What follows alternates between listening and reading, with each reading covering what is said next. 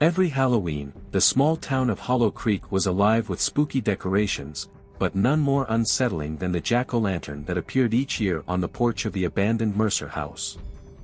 No one knew who placed it there, but its eerie grin and glowing eyes never failed to send chills down the spine of anyone who passed by. Legend had it that whoever took the pumpkin from the Mercer house would be cursed. It was a story the kids loved to share, but nobody dared test it. Well, until this year, when Ella Jenkins decided she'd had enough of the superstitions. "Come on, it's just a pumpkin," she declared to her friends, Sam and Rachel, as they stood outside the overgrown yard of the Mercer house. "I'll take it home, and you'll see, no curse." Her friends were uneasy, but Ella's confidence won them over. She marched up the creaking porch steps, plucked the pumpkin from its spot, and hoisted it triumphantly. "See? Nothing." They hurried back to Ella's house, where she placed the jack-o'-lantern on her front porch. It stared out into the street, its face eerily still, its candle flickering weakly. Later that night, Ella was woken by a strange sound, a soft, persistent scraping, like something dragging across wood. Groggy, she sat up in bed, listening intently. The sound seemed to come from outside her window. She slipped out of bed and tiptoed to the window, pulling back the curtain just enough to peek outside. Her heart stopped. The jack-o'-lantern, the same one she had placed on her porch hours earlier, was no longer there. Instead, it was sitting directly beneath her window, its carved grin wider than before, its eyes flickering with an unnatural glow. Ella staggered back, her pulse racing. "No way," she whispered to herself. "It has to be a joke." She grabbed her phone and dialed Sam's number, but before it could ring, the scratching started again, this time louder, inside the house. A cold chill crept down her spine as she heard footsteps in the hallway, slow and deliberate, moving toward her room. She locked the door and backed away, her heart hammering in her chest. For a moment, everything was quiet again. Then, a low, raspy voice whispered from the other side of the door. "You shouldn't have taken it." Ella froze. Her blood ran cold. The door creaked, and she could feel something pressing against it, like someone, or something, was trying to get in. The voice whispered again, sending shivers down her spine. "You have to return it." Terrified, Ella bolted from her room, dashed down the stairs, and threw open the front door. The jack-o'-lantern was sitting there, right in the middle of the porch, waiting for her. Its face seemed to leer at her, its eyes glowing brighter than ever. Without thinking, she grabbed the pumpkin and ran. She didn't stop until she reached the Mercer house. She placed the jack-o'-lantern back on the porch and turned to leave, her breath ragged, her legs shaking. But before she could take a step, she heard the voice again, right behind her. "You should never have touched it." Ella turned, but there was nothing there. The jack-o'-lantern's face flickered in the darkness, its grin mocking her. She ran all the way home, too terrified to look back. The next morning, when her friends asked about the pumpkin, Ella only shook her head. She never spoke of what happened that night, but every Halloween after, she made sure to avoid the Mercer house. The jack-o'-lantern was left alone, forever.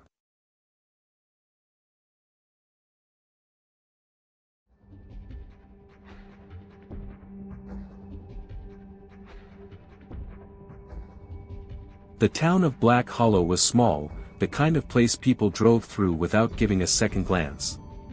Surrounded by dense woods and cloaked in fog for much of the year, it held an eerie charm, especially around Halloween. The town's centerpiece was the old Black Hollow Cemetery, a sprawling, overgrown graveyard that stretched deep into the woods. It was a place of legends, whispers, and above all, fear. For decades, there had been rumors of a curse that hung over the cemetery. No one knew exactly when it started, but every Halloween, someone from the town disappeared, never to be seen again. People said the spirits of the damned roamed the cemetery on Halloween night, luring the living to their doom. The townsfolk of Black Hollow had long since learned to lock their doors and stay indoors once the sun set on October 31st. But that didn't stop the occasional curious soul from wandering too close to the cemetery's iron gates. This Halloween, that curious soul was Ethan. Ethan had recently moved to Black Hollow with his family, unfamiliar with the town's dark history.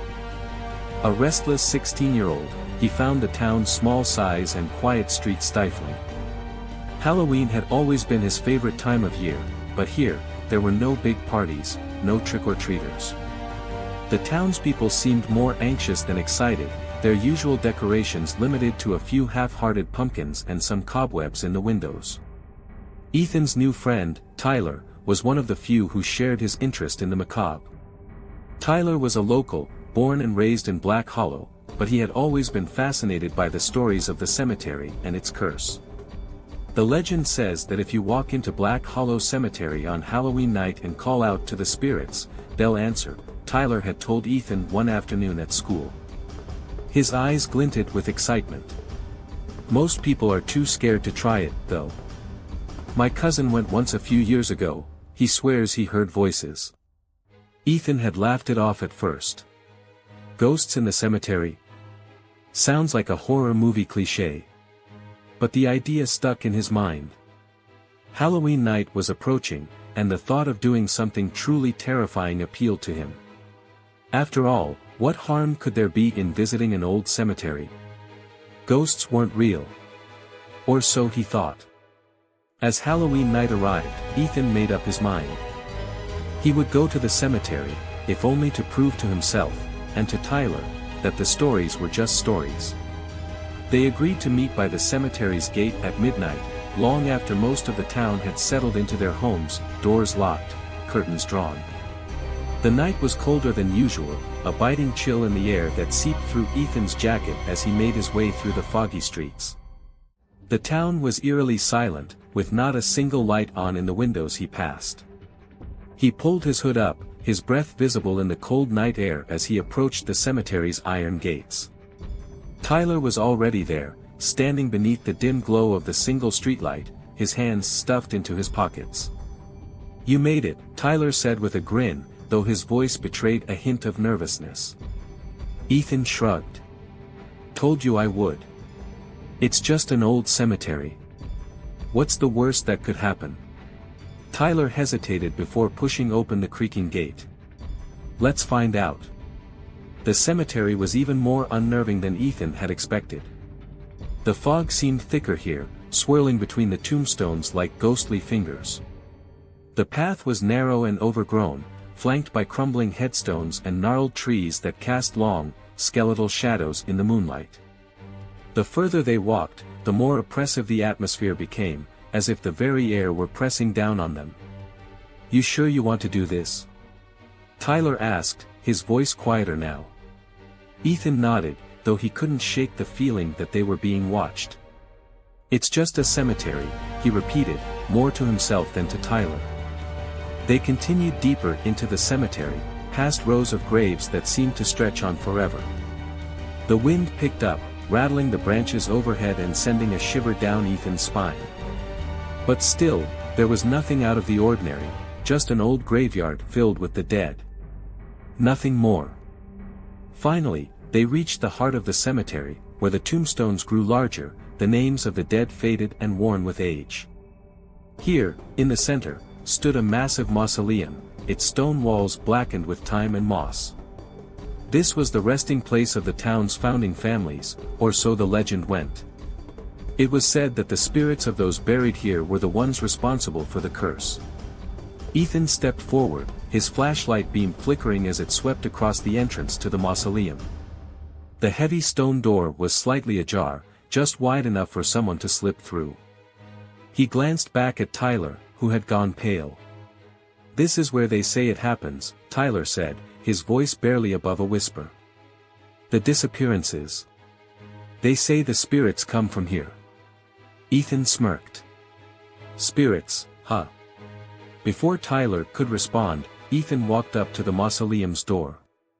"Let's see if the legends are true." He knocked on the cold stone, his knuckles echoing through the empty night. "Is anybody there?" For a moment, there was only silence. Then, faintly, from within the mausoleum, came a sound, a whisper. Ethan froze, his heart pounding. He turned to Tyler, who had taken a few steps back, his eyes wide. "Did you hear that?" Ethan asked, his voice tight with fear. Tyler nodded, backing away further. "We should go. Now." But Ethan wasn't ready to give up. It had to be the wind, or maybe an animal inside the mausoleum. Ghosts weren't real, and he was determined to prove it. He stepped closer to the mausoleum's entrance, shining his flashlight inside.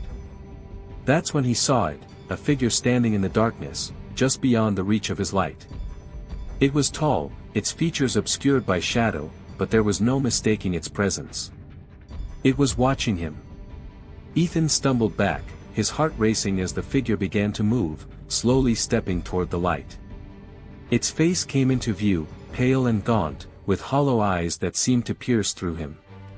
The figure's mouth twisted into a grin, revealing sharp, blackened teeth.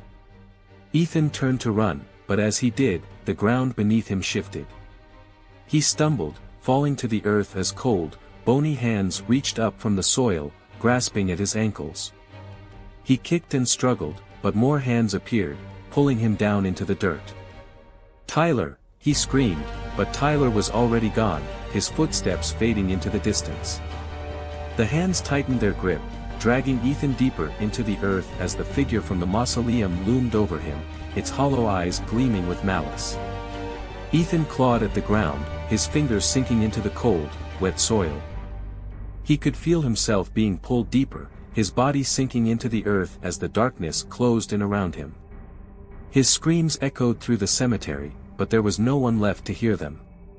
The next morning, the townspeople of Black Hollow awoke to find the gates of the cemetery wide open, a trail of disturbed earth leading deep into its heart.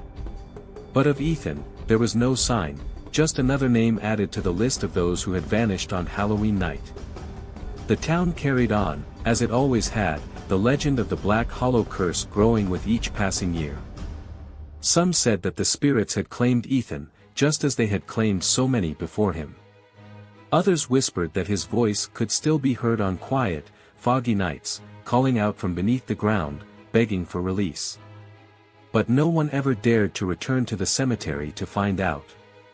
And every Halloween, the fog around Black Hollow Cemetery grew a little thicker, as if the dead were waiting for the next curious soul to wander too close.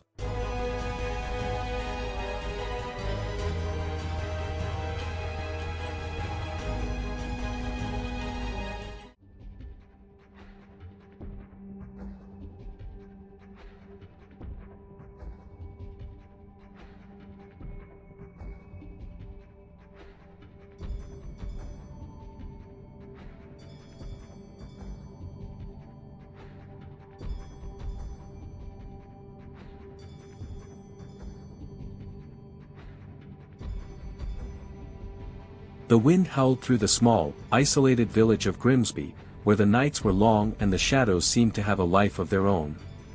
The locals whispered of a legend, an ancient curse tied to the darkest part of the nearby forest, where no one dared to go after sunset.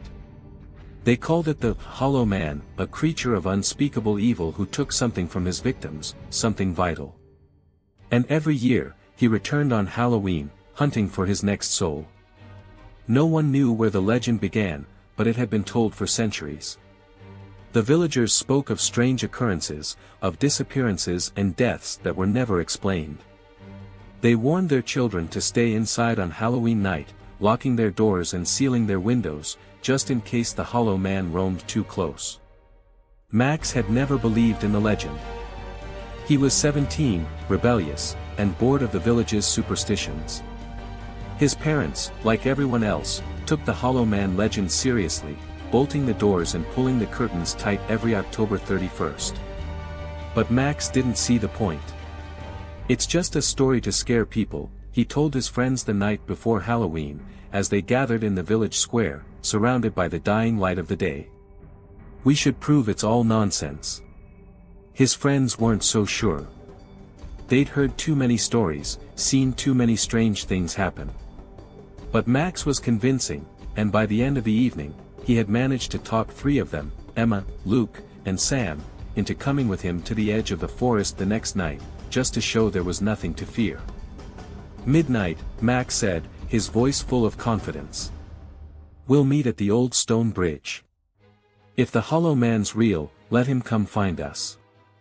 The next night, the wind was cold, biting at their skin as the group made their way through the dark streets of Grimsby. The village was unusually quiet for Halloween, with no children out trick-or-treating, no carved pumpkins lighting doorsteps. The entire place felt deserted, as though everyone had retreated into the safety of their homes.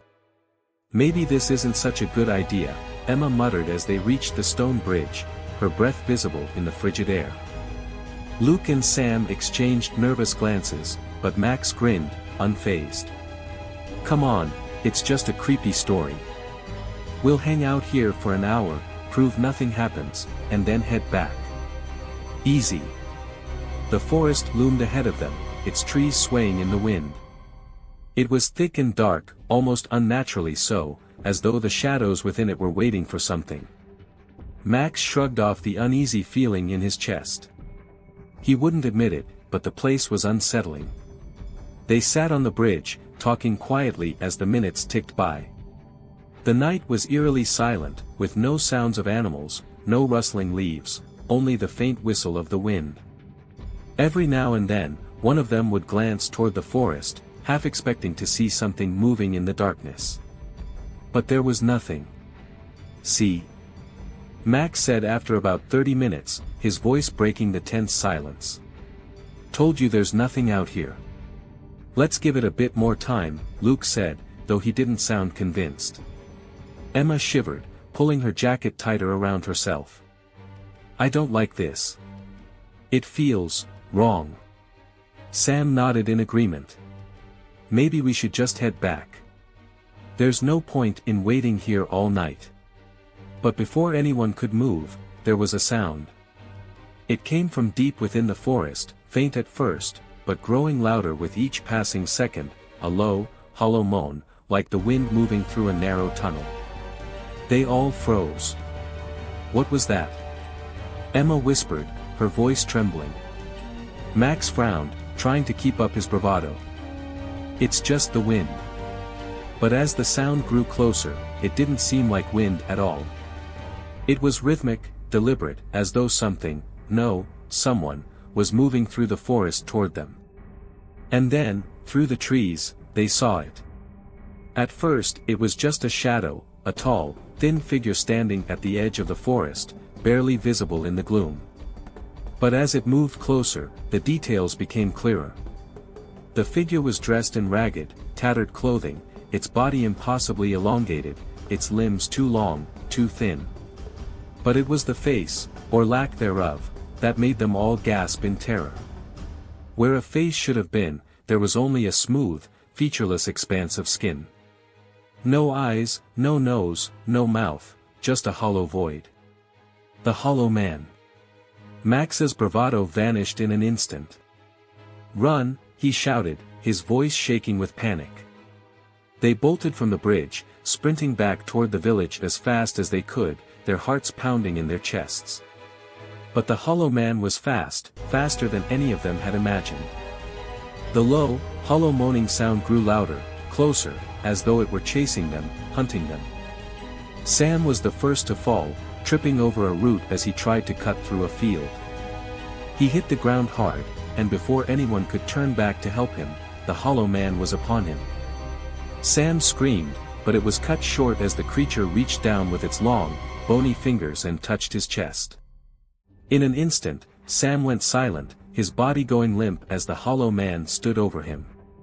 Max, Emma, and Luke kept running, too terrified to look back. "Keep going!" Max yelled, pushing Emma forward as they reached the village streets. "We're almost there." But as they neared the safety of the village square, Luke stumbled, his foot catching on the uneven cobblestones. He hit the ground with a cry, and before Max or Emma could stop, the Hollow Man appeared beside him, moving with a speed that defied logic.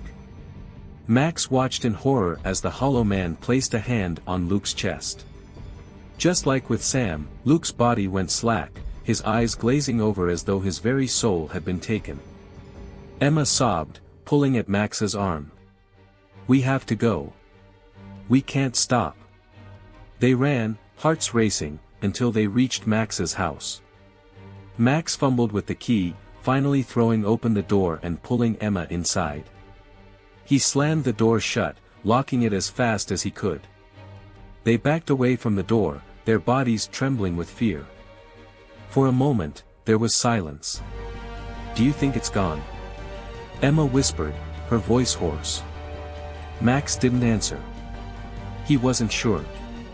He had never seen anything like that, nothing that could explain what had just happened. He tried to catch his breath, listening for any sound of movement outside. Then came the knock. It was soft at first, just a single, hollow tap on the door. Max froze, his heart pounding in his ears. Another knock, louder this time. Then another, and another, each one more insistent. Max shook his head, backing away further. It can't be. But the knocking continued, relentless, until suddenly it stopped. For a long, tense moment, there was only silence. Then, slowly, the door began to creak open.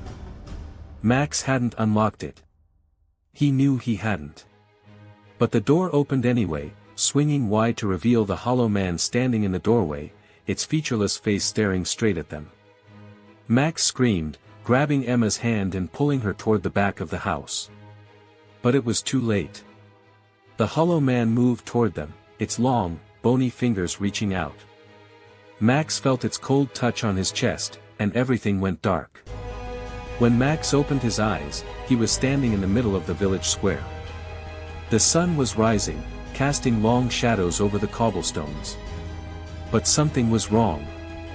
He felt empty. He looked down at his hands and saw nothing. He raised a hand to his face, but there was no face, no features, just smooth, hollow skin. He was the hollow man now. And he was still hungry.